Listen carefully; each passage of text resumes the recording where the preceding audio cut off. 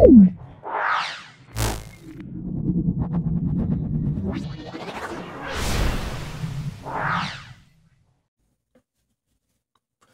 দুটো school solve করছি। মূলত 1 নম্বরের উপর আমরা বিশেষ জোর দিচ্ছি। যে সকল প্রশ্নগুলো আগে হয়ে গেছে সেগুলো আর ব্যাখ্যা করছি না। তোমাদের বলবো ভিডিওটা প্রথম থেকে শেষ পর্যন্ত দেখবে। প্রত্যেকটা ভিডিও দেখলে কি হবে, তোমরা আগে যে উত্তরগুলো হয়ে গেছে সেই উত্তরগুলো পেয়ে যাবে। কারণ এখানে যে উত্তরগুলো আগে হয়ে গেছে সেই উত্তরগুলোর ব্যাখ্যা করা হবে না।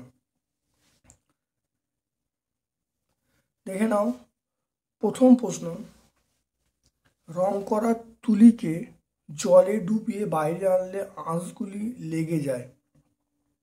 প্লবতার জন্য, সান্দ্রতার জন্য, পৃষ্ঠটানের জন্য, অভিকর্ষ বলের জন্য। অবশ্যই পৃষ্ঠটানের জন্য। Option C. পীড়ন ও যে রাশির মাত্রীয় সংকের অভিন্ন বিকৃতি, স্প্রিংয়ের বলধ্রুবক, পৃষ্ঠটান, স্থিতিস্থাপক গুণাঙ্ক। অপশান ডি হবে স্থিতিস্থাপক গুণাঙ্ক। তারপর দেখো, যে পরিমাণ কার্যের বিনিময়ে 1 ক্যালোরি তাপ পাওয়া যায় তা হলো, সেটা আমরা অপশান এ বলবো 4.2 জুল। বল ইন্টু বেগ সমান এক্স। এক্সের মাত্রীয় সংকেত, এক্স মানে ক্ষমতা, তাহলে ক্ষমতার মাত্রীয় সংকেত হলো M L⁻³ T⁻³ option D. তারপর দেখো, কোন দ্রবণের পিএইচ সর্বোচ্চ? বিভিন্ন অপশান দেওয়া আছে, সেটা হলো অপশান ডি হবে 0.0002। কোনটিতে টিন্ডাল এফেক্ট দেখা যায় না? চিনির দ্রবণ, সাবানের দ্রবণ, কালি, স্টার্চের দ্রবণ। তাহলে অপশান এ চিনির দ্রবণে আমরা টিন্ডাল প্রভাব দেখতে পাবো না। তারপর দেখো, এম এবং 4m ভরের দুটি বস্তুর গতিশক্তি 2:1 হলে তাদের ভরবেগের অনুপাত কত? এটা অপশান এ হবে। আগে অনেকবার হয়েছে এরকম ধরনের ভিডিও, তোমরা অবশ্যই দেখবে। কার্যক্ষমতা শক্তি প্লেলিস্ট আছে, সেই প্লেলিস্টে দেখে নেবে, সব রকমের অঙ্ক আছে। তারপর দেখো, তীব্র অ্যাসিড এবং মৃদু ক্ষারের প্রশমনের জন্য ব্যবহার করা হয় যে নির্দেশক, সেটা অপশান এ মিথাইল অরেঞ্জ। তারপর দেখো, কোনো বস্তুর ঘনত্ব 6000 কিমি/মিটার কিউব, আপেক্ষিক গুরুত্বের মান কত? তাহলে 6000/1000 মানে 6 লিখবো। আপেক্ষিক গুরুত্বের কোনো একক নেই, তাহলে 6 লিখবো। 6000/1000। পৃষ্ঠটানের মাত্রীয় সংকেত এটা হলো, তাহলে আমাকে বলেছে x+y+z এর মান কত? তাহলে পৃষ্ঠটান মানে হলো, পৃষ্ঠটানের যে মাত্রীয় সংকেত আমরা জানি m L⁻0 T⁻², এটা আমরা জানি। তাহলে x এর মাত্রা কত? x এর মাত্রা 1 হলো, তাহলে x এর মাত্রা x+y+z। m এর মাত্রা, তাহলে m এর পাওয়ার কত? m এর মাত্রা, তাহলে x এর মান কত হলো? এখানে m মানে 1 হবে, y এর মান 0 হবে, তাহলে 0 হলো, আর z এর মান -2 হবে। তাহলে এখানে দেখো, এটা x এর মান, এটা y এর মান, এটা z এর মান। x এর মান 1, y এর মান 0, z এর মান -2। এটা করলে যেটা আসবে সেটা হবে -1 আসবে। তাহলে তারপর দেখো, তরলে সাম্য অবস্থায় ভাসমান একটি বস্তুর আপাত ওজন আমরা কত বলবো? আপাত ওজন 0 বলবো। আপাত ওজন 0 বলবো। বার্নৌলির উপপাদ্যটি কোন সংরক্ষণ নীতির ওপর প্রতিষ্ঠিত? বার্নৌলির উপপাদ্যটি আমরা বলবো শক্তির সংরক্ষণের উপর প্রতিষ্ঠিত, তাহলে শক্তি। তারপর দেখো, 10 ওয়াট ক্ষমতা সম্পন্ন যন্ত্র 1 মিনিট চললে কি পরিমাণ কাজ করবে? দেখে নাও, 10 ওয়াট ক্ষমতা সম্পন্ন কোনো যন্ত্র 1 মিনিট চললে তাহলে দেখো 10 × 1 মিনিট মানে 60 সেকেন্ড, তাহলে এটা কত জুল হবে, তাহলে 600 জুল। তাহলে আমরা বলবো 600 জুল কাজ করতে হবে। অথবা প্রশ্ন দেখো যে একটি বস্তুর উপর 4 নিউটন বল প্রয়োগ করার সরণ 25 সেন্টিমিটার হলো, কৃতকার্যের পরিমাণ কত? প্রথম দেখে নাও যে কৃতকার্য মানে আমরা বলবো ডব্লু সমান এফ। ডব্লু সমান আমরা কি বলবো, এফ ইন্টু ডি। এফের মান আমরা 4 বলবো। আর এখানে 25 সেন্টিমিটার, 25 সেন্টিমিটার মানে আমরা বলবো 25/100।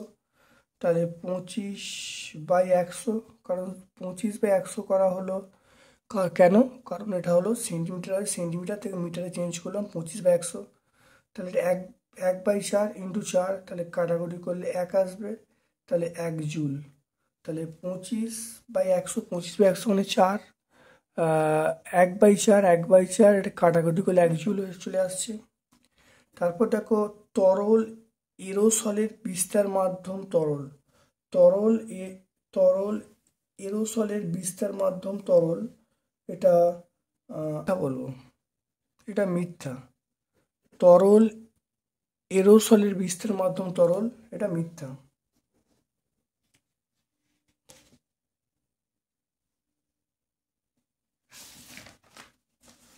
ছ পার্সেন্ট গ্লুকোজ দ্রবণের 25 ml দ্রবণে কত গ্লুকোজ থাকবে? তাহলে 6/100 × 25, এটা কাটাকুটি করলে 1.5 গ্রাম। তাহলে এটা কত বলবো, 1.5। তার ইনভার্স NH দ্রবণের শতকরা মাত্রা, তাহলে এটা আমরা কত বলবো, 4 গ্রাম বলবো। তাহলে শতকরা মাত্রা হলো 4%। 4% কী করে হলো দেখে নাও। তাহলে 4% কী করে হলো, তাহলে 1000 ml দ্রবণের পরিমাণ হলো 1000 ml, 1 লিটার, 1000 ml 1 লিটার। তাহলে 1000 ml দ্রবণের NH যে দ্রবীভূত হয় সেটা হলো 40%। 1 বার করবো আর 100 বার করবো, করলে দেখো 4 আসছে, তাহলে 4%। তারপর দেখো অ্যাসিড ক্ষার উভয়ের সঙ্গে বিক্রিয়া করে হাইড্রোজেন পাওয়া যায় একটি ধাতুর নাম, সেটা আমরা কি বলবো, জিঙ্ক বলবো, Zn, জিঙ্ক বলবো। তারপর দেখে নাও গরম স্যুপ খুবই সুস্বাদু হয় কেন? গরম স্যুপ খুবই সুস্বাদু হয় কেন? কারণ গরম স্যুপ ঠান্ডা স্যুপের চেয়ে সুস্বাদু। গরম স্যুপ ঠান্ডা স্যুপের চেয়ে সুস্বাদু কারণ গরম স্যুপের পৃষ্ঠটান ঠান্ডা স্যুপের চেয়ে কম হয়, তাহলে জিহ্বার বৃহত্তর অংশ ছড়িয়ে পড়ে। তাহলে গরম স্যুপের পৃষ্ঠটান ঠান্ডা স্যুপের তুলনায় কম, তাই জিহ্বার বৃহত্তর অংশে ছড়িয়ে পড়ে। বার্নৌলির উপপাদ্য অনেকবার হয়েছে, ব্যাখ্যা করছি না। শান্ত বল ঘর্ষণ বল পার্থক্য আমরা বলেছি, তবু একবার শুনে নাও। শান্ত বল ঘর্ষণ বল, শান্ত বল এটা স্থির প্রবাহ, মানে প্রবাহ স্থির থাকলে শান্ত বল ক্রিয়া করে না। আর ঘর্ষণ বল দুটো বস্তু স্থির থাকলেও ঘর্ষণ বল কিন্তু ক্রিয়া করে।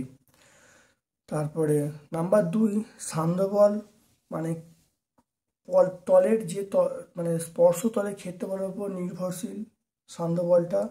আর ঘর্ষণ বল স্পর্শতলের প্রকৃতির উপর বা স্পর্শতলের ক্ষেত্রফলের উপর নির্ভরশীল নয়।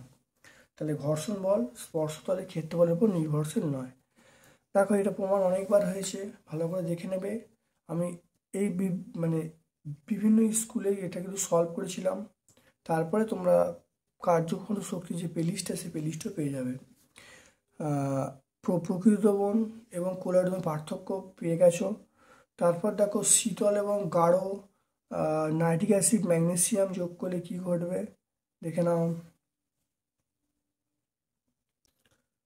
Mg প্লাস HNO3,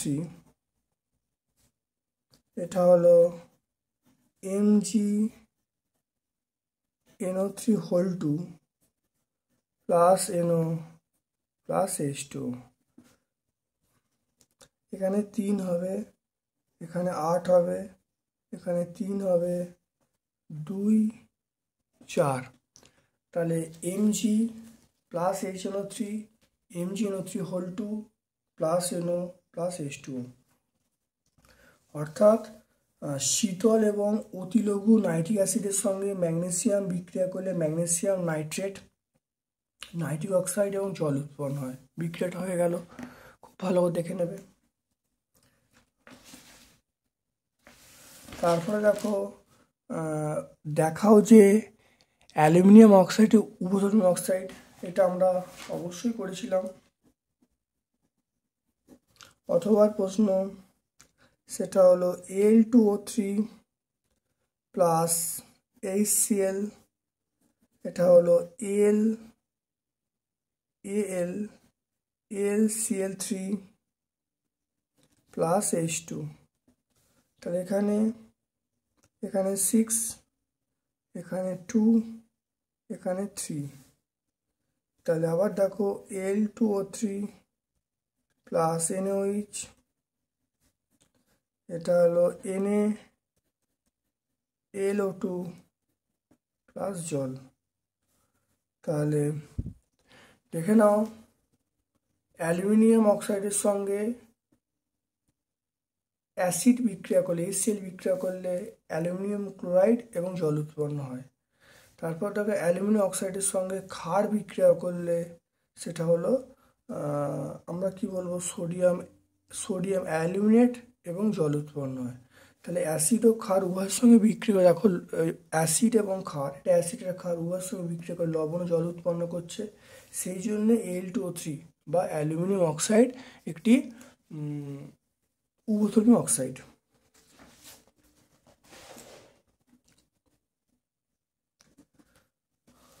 তারপর দেখো আপেক্ষিক গুরুত্ব কাকে বলে, আমরা অবশ্যই করেছি। আপেক্ষিক গুরুত্ব হয়ে গেছে, সাইফনের কাজ আমরা শিখেছি। তারপর দেখো সব জানা প্রশ্ন, ট্রেনের পাশে দাঁড়ানো বিপজ্জনক কেন, আমরা অবশ্যই আগের ভিডিও করেছি। সেটা হলো পিস্টন, তলের পিস্টন কাকে বলে, পরপর ভিডিওগুলো তোমরা দেখে নেবে, দেখবে পরিষ্কার বুঝতে পারবে। তারপর দেখো কার্যহীন বল কাকে বলে উদাহরণ দিতে বলছে, হয়ে গেছে।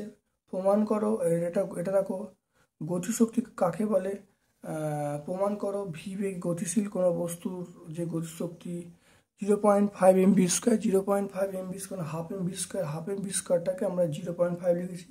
এই উত্তরটা তোমরা কার্যক্ষমতা শক্তি প্লেলিস্টে পেয়ে যাবে। তারপর পতনশীল বস্তুর ক্ষেত্রে যান্ত্রিক শক্তি সংরক্ষিত থাকে, এটা অবশ্যই প্লেলিস্টে পেয়ে যাবে, কার্যশক্তি ক্ষমতা প্লেলিস্টে পেয়ে যাবে।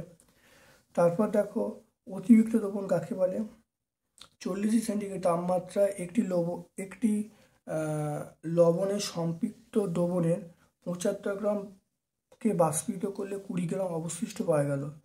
40 সেন্টিগ্রেড তাপমাত্রায় দ্রবণটির দাব্যতা কত? 40 ডিগ্রি সেন্টিগ্রেড তাপমাত্রায়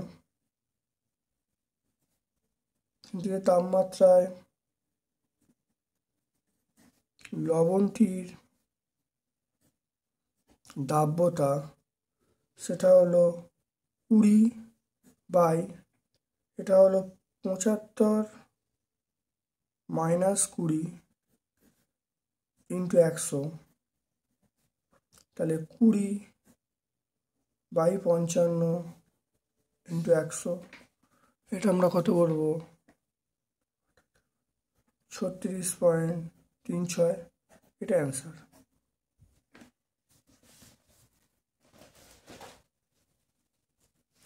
তারপর দেখো স্টোন ক্যান্সার বলতে কি বোঝো, অ্যান্টাসিড কাকে বলে, এগুলো হয়ে গেছে। পিএইচ স্কেল কি, দাঁতের ক্ষয় পিএইচের প্রভাব, সমস্ত বড় প্রশ্নগুলো দেখবে বিগত দিনে যে ভিডিওগুলো প্রকাশ হয়েছে সেখানে অবশ্যই সলভ করা আছে, আমি কিন্তু আর ব্যাখ্যা করছি না। তারপর দেখো চলে আসি পরের স্কুলটায়, দেখে নাও সেটা পরের স্কুলটা দেখে নাও, যেটি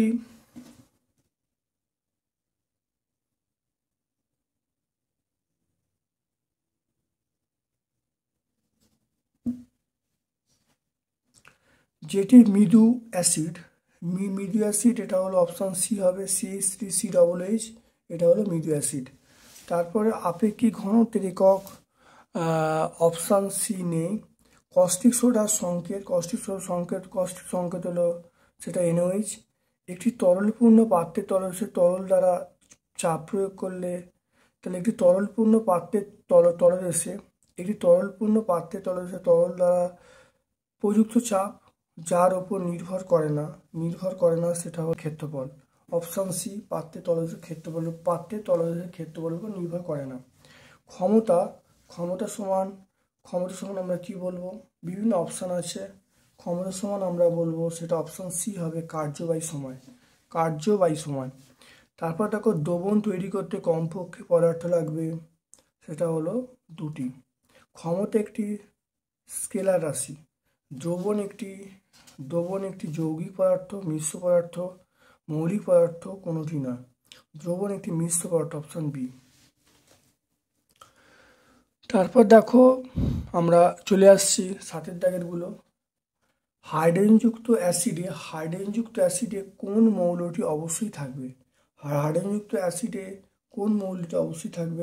এটা আমরা হাইড্রোজেন বলবো। তাহলে হাইড্রোজেনযুক্ত অ্যাসিডে হাইড্রোজেন অবশ্যই থাকবে। দ্রাব প্লাস দ্রাবক সমান দ্রবণ। তারপরে একটি পদার্থের নাম লেখো যার দাব্যতা তাপমাত্রা বৃদ্ধির সঙ্গে সঙ্গে প্রায় একই থাকে, সেটা আমরা সোডিয়াম ক্লোরাইড বলবো।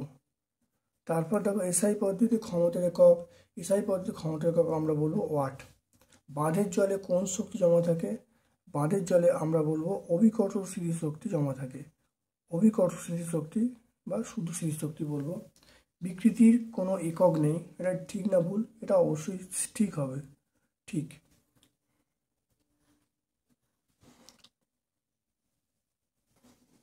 আর্কিমিডিসের নীতি আমাদের হয়ে গেছে। আর্কিমিডিস নীতি আমরা করেছিলাম, মানে কোনো বস্তুকে স্থির তরল বা গ্যাসে আংশিক বা সম্পূর্ণরূপে নিমজ্জিত করলে বস্তুর ওজন আপাত হ্রাস ঘটে। এই আপাত হ্রাস বস্তু দ্বারা অপসারিত তরল বা গ্যাসীয় পদার্থ ওজনের সমান। সাইফনের 2টো শর্ত। 1 নম্বর হলো যে পাত্র থেকে তরলটা স্থানান্তরিত করতে হবে সে পাত্রটা উঁচুতে বসাতে হবে। আরেকটা হলো যে সাইফনের মধ্যে কোনো ছিদ্র থাকলে হবে না।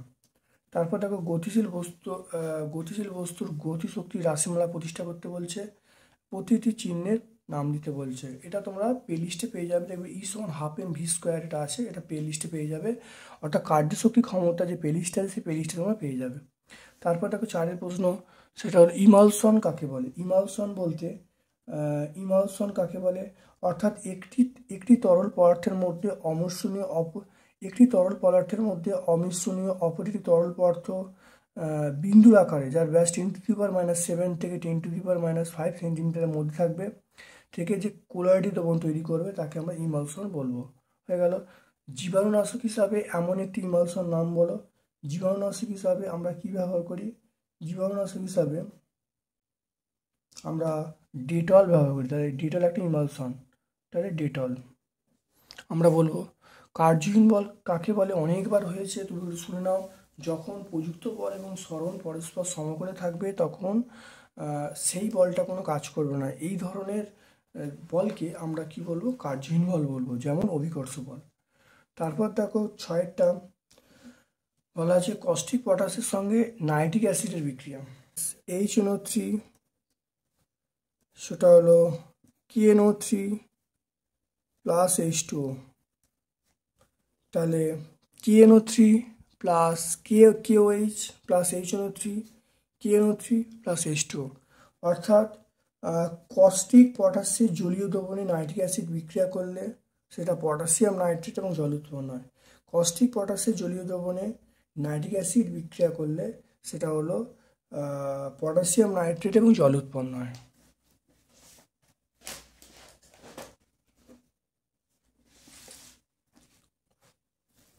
তারপরে দেখো 4 যে প্রশ্নগুলো আছে দেখে নাও। 4 প্রশ্ন আছে, রূপোর আপেক্ষিক গুরুত্ব বলা আছে 10.5। সিজিএস পদ্ধতিতে তাহলে রূপোর আপেক্ষিক গুরুত্ব বলা আছে 10.5। সিজিএস পদ্ধতিতে রূপোর আপেক্ষিক ঘনত্ব কত হবে? রূপোর আপেক্ষিক গুরুত্ব 10.5। সিজিএস পদ্ধতিতে রূপোর ঘনত্ব কত হবে? সিজিএস পদ্ধতিতে রূপোর ঘনত্ব কত হবে? এটা মনে রাখবে, 10.5 গ্রাম পার সেমি কিউব হবে, 10.5 গ্রাম পার সেমি কিউব হবে। আর এসআই পদ্ধতিতে ঘনত্ব কত হবে? এসআই পদ্ধতিতে আমরা ঘনত্ব কত বলবো সেটা বলবো, এসআই পদ্ধতিতে ঘনত্বের একক আমরা কি বলবো? KG per metre cube. তাহলে এসআই পদ্ধতিতে ঘনত্ব হলো কেজি পার মিটার কিউব বলবো। তারপরে দেখো 120 ডিগ্রি সেন্টিগ্রেড তাপমাত্রায় চিনির দ্রবণে কত গ্রাম চিনি দ্রবীভূত করলে চিনির দ্রাব্যতা 50 হবে? দেখে নাও। 2, তাহলে ধরি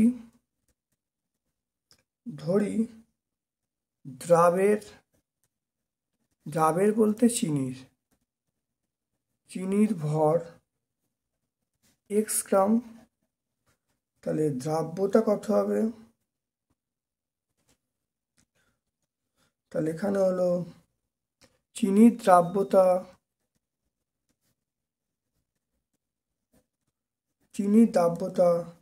এটা 50, দ্রাবকের ভর 120 minus X gram, 120 minus X gram. তাহলে আমরা কি বলবো? সেটা হলো 50, দ্রাব্যতা 50 equal to X by 120 minus X into 100। এটা কাটাকুটি করলে কত হবে? এটা 2 হবে।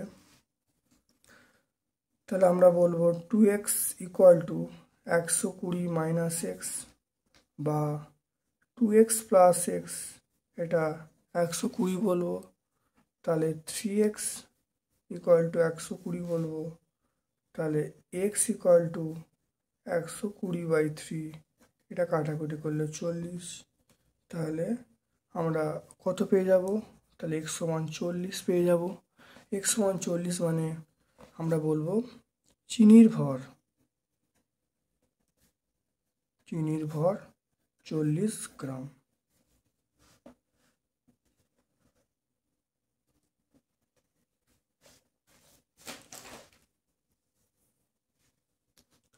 তারপর দেখো একটি সম্পৃক্ত দ্রবণকে তুমি কিভাবে অসম্পৃক্ত দ্রবণে পরিণত করবে? একটি সম্পৃক্ত দ্রবণকে তুমি কি উপায়ে অসম্পৃক্ত করবে? নাম্বার ওয়ান হলো সম্পৃক্ত দ্রবণের উষ্ণতা স্থির রেখে যদি অতিরিক্ত পরিমাণ দ্রাবক যোগ করলে তাহলে দ্রবণটা অসম্পৃক্ত হয়ে যাবে। তাহলে উষ্ণতা স্থির রেখে বেশি পরিমাণ যদি দ্রাবক যোগ করা হয় তাহলে দ্রবণটা অসম্পৃক্ত হয়ে যাবে। আর নাম্বার 2 হলো সম্পৃক্ত দ্রবণের উষ্ণতা বাড়ালে তাহলে সেক্ষেত্রে দ্রবণটা কিন্তু অসম্পৃক্ত হয়ে যাবে। দাব্যতার একক আছে কি? দাব্যতার কোনো একক নেই। দাব্যতার এককই মাত্রাহীন রাশি। ইস্পাত এবং রবারের মধ্যে কোনটা ভালো স্থিতিস্থাপক এবং কেন? তাহলে ইস্পাত এবং রবারের মধ্যে আমরা কি বলবো? ইস্পাত ভালো স্থিতিস্থাপক। কারণ স্থিতিস্থাপক কারণ ইস্পাত এবং রবারের মধ্যে কোনটা ভালো স্থিতিস্থাপক? সেটা ইস্পাত। ইয়ং গুণাঙ্কের সংজ্ঞা আমরা আগেও পড়েছি, তবু শুনে নাও যে স্থিতিস্থাপক সীমার মধ্যে অনুদৈর্ঘ্য পীড়ন এবং অনুদৈর্ঘ্য বিকৃতি অনুপাতকে স্থিতিস্থাপক গুণাঙ্ক ইয়ং গুণাঙ্ক বলে। ইয়ং গুণাঙ্কের সংজ্ঞা স্থিতিস্থাপক সীমার মধ্যে অনুদৈর্ঘ্য পীড়ন এবং অনুদৈর্ঘ্য বিকৃতির অনুপাতকে ইয়ং গুণাঙ্ক বলে। তারপর দেখে নাও এই লবণটা, আমি বিভিন্ন লবণ নাম বলছে যে এই লবণগুলো কি লবণ শনাক্ত করতে বলছে। প্রথম সাপোজ এটা আম্লিক লবণ, তাহলে KH এটা আম্লিক লবণ। K2SO4 এটা প্রশম লবণ, তাহলে এটা আম্লিক লবণ, এটা প্রশম লবণ। PbOH সেটা হলো ক্ষারকীয় লবণ, এটা আমরা ক্ষারকীয় লবণ বলবো। ZnSO4 আর ZnSO4 এবং CSO4 দুটোই কিন্তু আমরা বলবো সমিত লবণ।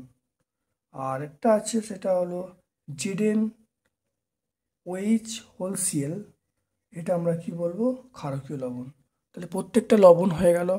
তাহলে এই KHSO4 আমরা কি বলবো? এটা আম্লিক লবণ। K2SO4 K2SO4 আমরা কি বলবো, সেটা হলো পোষম লবণ। এই যে PbOH আর ZnOHCl এই দুটো লবণই কিন্তু ক্ষারকীয় লবণ। আরেকটা দেখো ZnSO4, আরেকটা আছে CaSO4, এই দুটোই কিন্তু সমিত লবণ। তারপর আরেকটা দেখো যেটা আছে ZnHSO4, এটা আমরা কিন্তু আম্লিক লবণের মধ্যে ফেলব। তারপর দেখো